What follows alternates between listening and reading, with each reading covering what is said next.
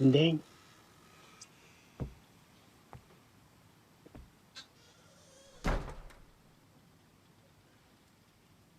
Di ka rin nakatulog, ano? Hindi.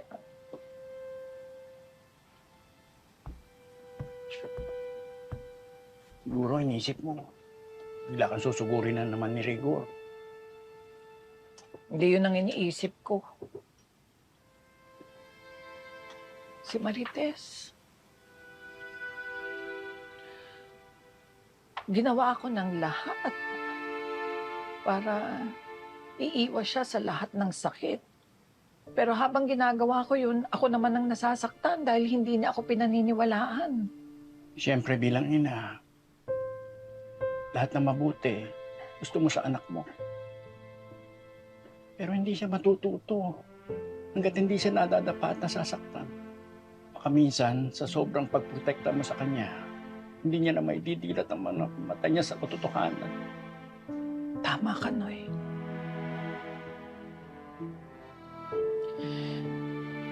Haayaan ko nang lumaya si Marites para matauhan siya sa mga pagkakamali niya. Hindi siya matututo sa mundong ito habang lagi akong nasa tabi niya. Hindi. Aalis na ba tayo?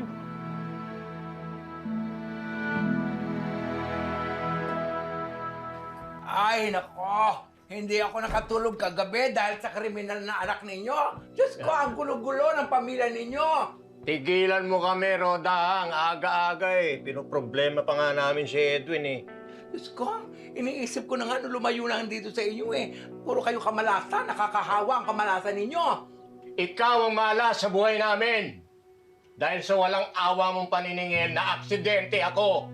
Sa'yo nagsimula kamalasan namin. Ay, mula nang saksakin ako, at mula nang nakawan ako, at nasunugan ako, at mula nang tumira kayo dito, puro kamalasan na ang dala ninyo. Puro kamalasan, kailangan umalis ako dito.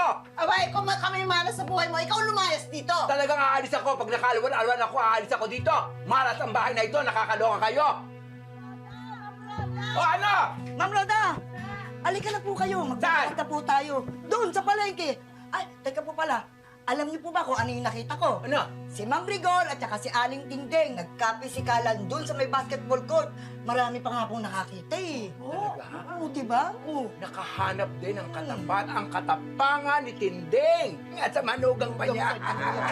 Sige, punta na tayo doon sa tindahan, sa palengke, para makahanap pa tayo ng iba pang mga pangyayari. Alagay nyo, alisin nyo lahat dito. Aalis na ako dito. Babo, malak, nakakaloka.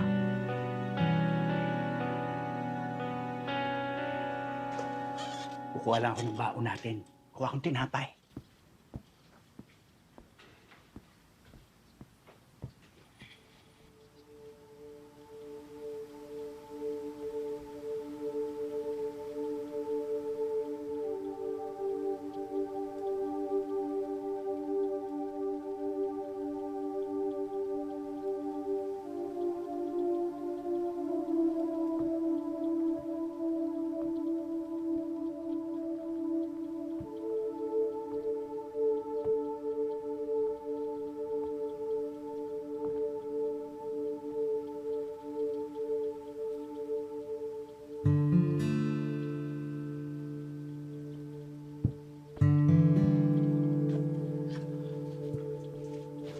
Tinding, halika na.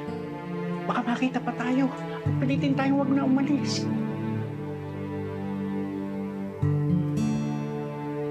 Halika na. Tayo na.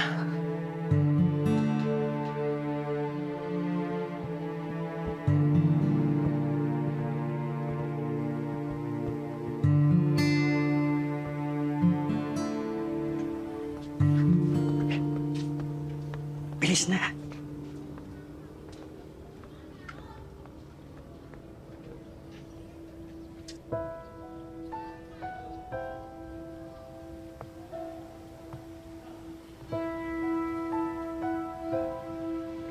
Hindi ibig sabihin na sa pag-alis ko sa bahay na ito, mapuputol na ang pagiging ina at lola ko sa pamilyang ito.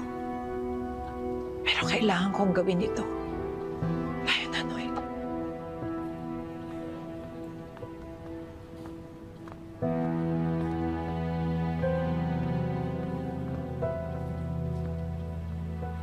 Tignan mo nga naman ang swerte ko. Tadhana na akong gumagawa ng paraan para ilayo ang mga taong walang silbi sa akin. Una, si Severino. Ngayon naman, si Tinding. At ang pinaka-iniintay ko, si Tanggol.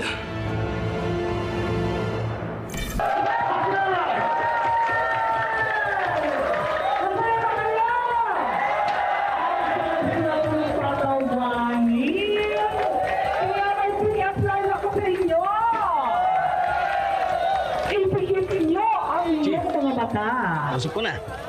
Labas na raw eh. Ang aarte naman ng mga yan. Ang kakapalang mukha.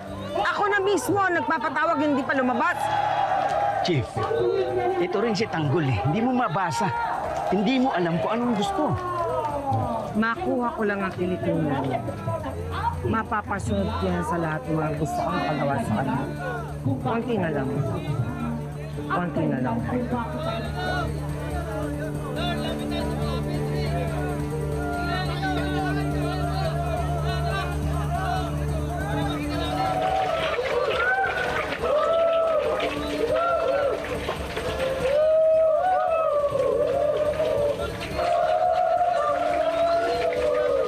Ayun, andyan na sila Tanggol.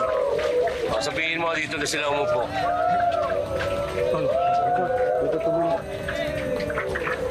Tanggol! Dito raw kayo umupo, sabi ni Mayor.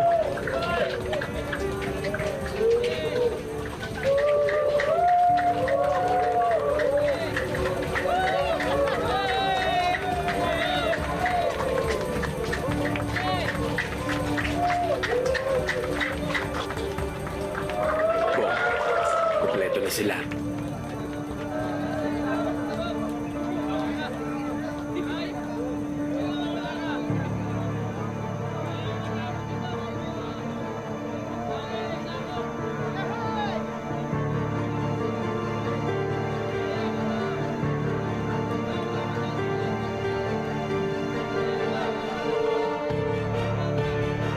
Tara, turuan tayo.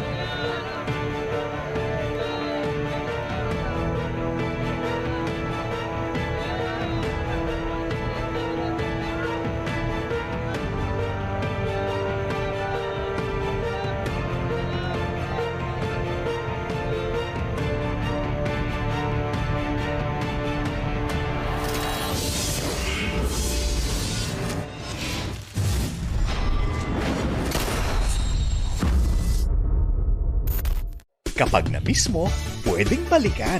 Pwedeng panoorin ang videos at playlists na gusto mo. Like, comment, at ishare ang videos kasama ng lumalaki nating pamilya sa online world.